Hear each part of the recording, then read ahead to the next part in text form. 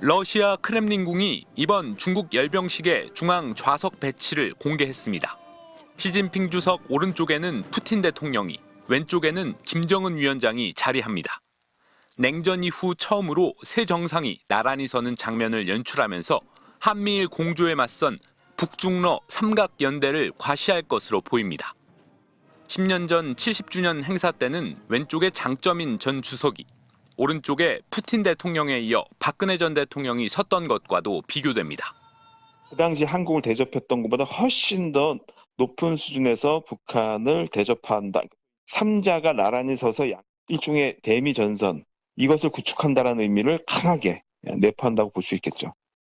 북한과 러시아 외에도 이란과 미얀마 등 권위주의 국가 정상들이 대거 참석하는 가운데 주중 미국 대사는 불참할 거란 관측도 나왔습니다.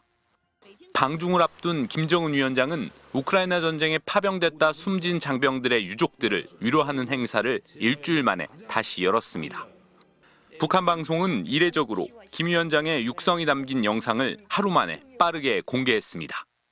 유가족들 모두가 하루빨리 오늘의 이 아픔을 이겨내시기를 바랍니다.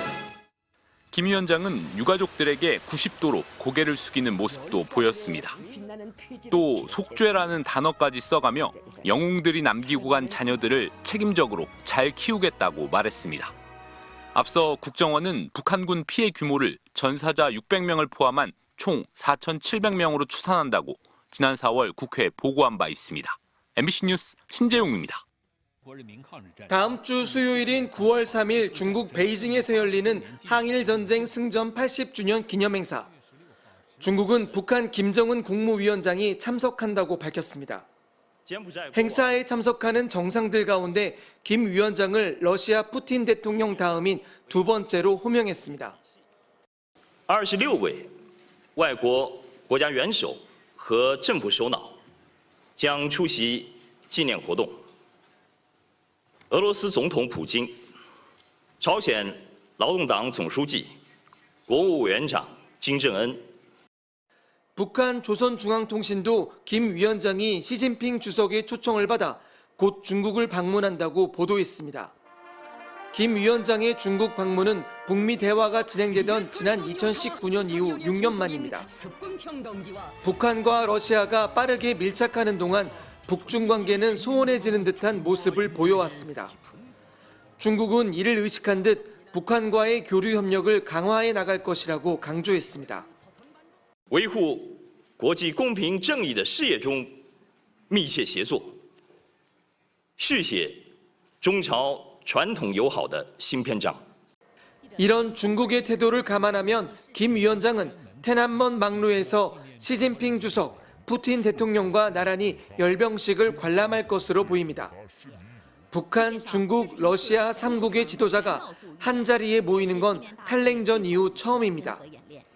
그동안 양자 회담만 했던 김정은 위원장이 26개국 정상들이 참석하는 다자 외교 무대에 처음으로 모습을 드러내는 것입니다.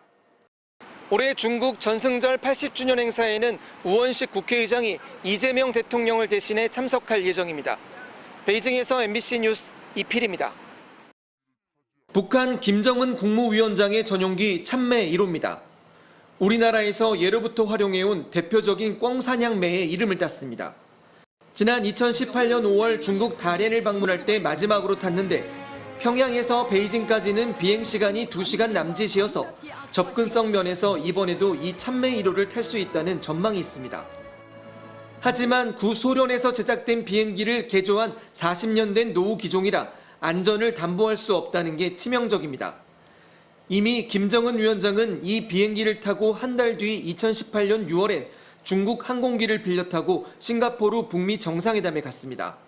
항공산업이 아주 발전해 있는 국가가 아니기 때문에 여러모로 비행기를 사용한 이동은 안전성은 좀 떨어진다고 봐야겠죠. 이 때문에 열차 이용에 무게가 실립니다.